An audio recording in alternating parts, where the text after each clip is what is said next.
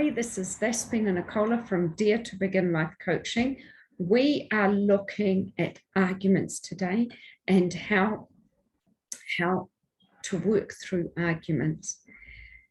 And arguments are not supposed to be avoided, because if you don't come into conflict with your partner, you're not going to get into the core of who you are.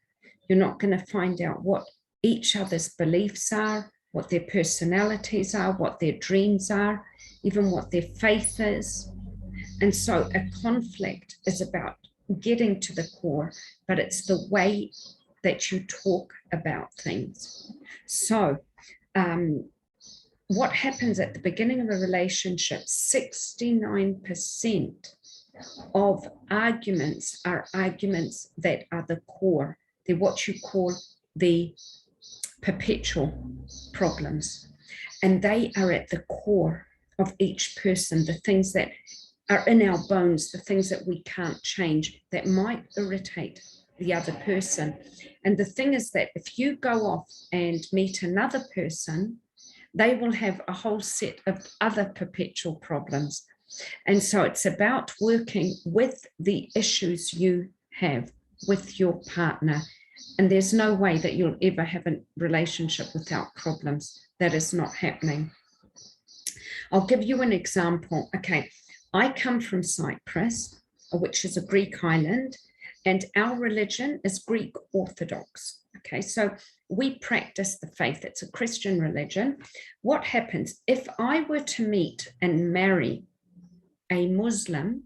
What would happen is my core beliefs and a partner's pure core beliefs together, we would come into conflict, because those beliefs have been downloaded from many generations. They are like imprinted. They're in our blueprint, they're our DNA, they're in our bones.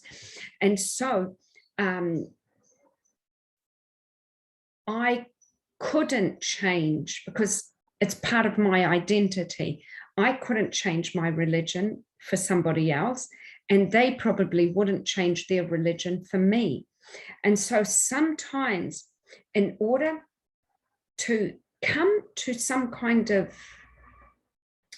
compromise, you've got to maybe temporarily sort of agree to disagree.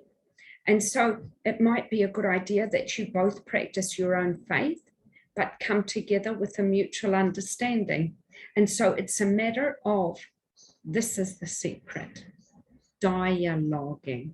It's a matter of having a dialogue with your partner, that you are not going to blame, shame, criticize them.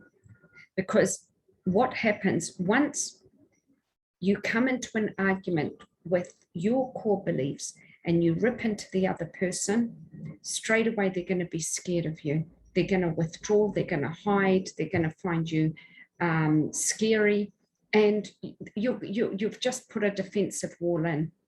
And so what it's about is dialoguing and not gridlocking the problem. So if you think of a gridlock, okay, you can look at the gridlock as maybe traffic, like you're in a traffic jam, and every morning there's the same traffic jam. And so that's like the problem. The way to release yourself from that gridlock, not to be bumper to bumper, is actually find a different route, find a different time to go to work, find a different way to communicate with your partner. So it's a matter of, with dialogue, using asking questions, being very listening, listen to what their core beliefs are, why they are so. Try to come to some compromise with that. Look at their values, their beliefs, their history, and avoid that jam. We can incorporate each other. We can do it. So basically, a disastrous way to get into that relationship would be to use criticism, defensiveness on your part, on your religion. There might be other issues like A core belief might be somebody who keeps a clean house and somebody who's very untidy. Another core belief might be, let me think, somebody who wakes up early, another person late. So there are so many, it's not just religion, there's a whole lot of, there are a whole lot of perpetual problems that we really have to get into. And so by addressing the argument, by going into a conflict with humor, with actually laughing at yourself, by showing up in a calm way, you are able to come to a rational compromise. And, you know, you're breaking the cycle of being physically, it's physiologically aroused and arguing and coming into that argument with that fight. So,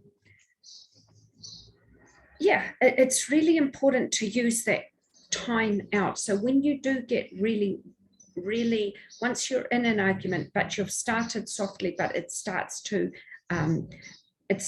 incline, you know, like it starts to get really nasty. The best thing you can do is just have time out. So your physiological arousal will decrease.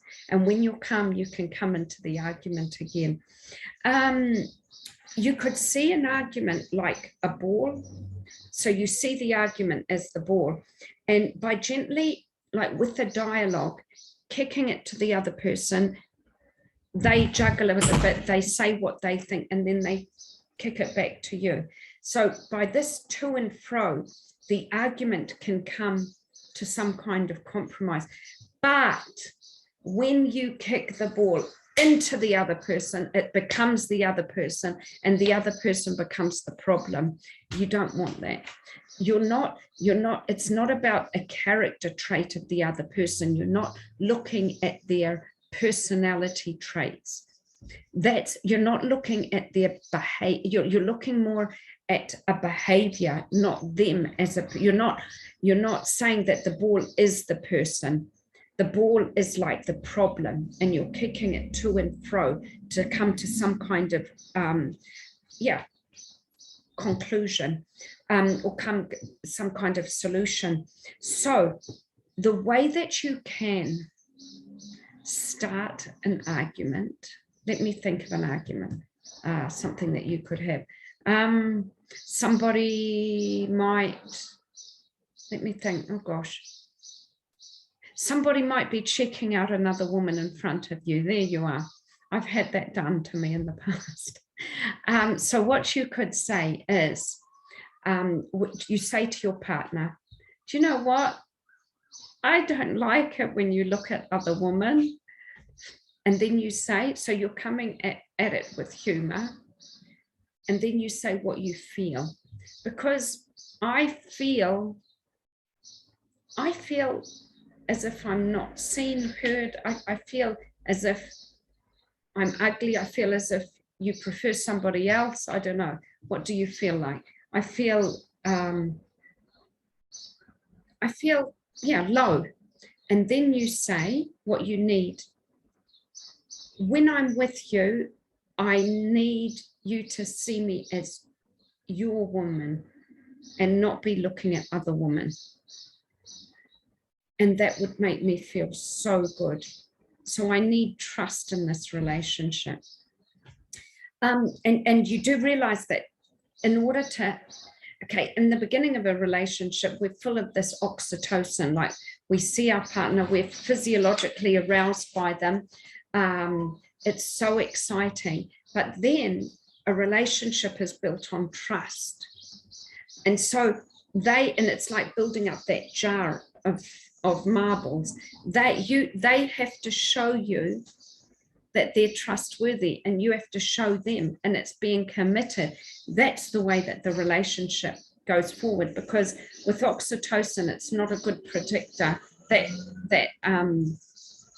chemical is not a good predictor of a successful relationship, because once the oxytocin dies out, then you're left with the commitment and the trust of the other person, so it will go forward.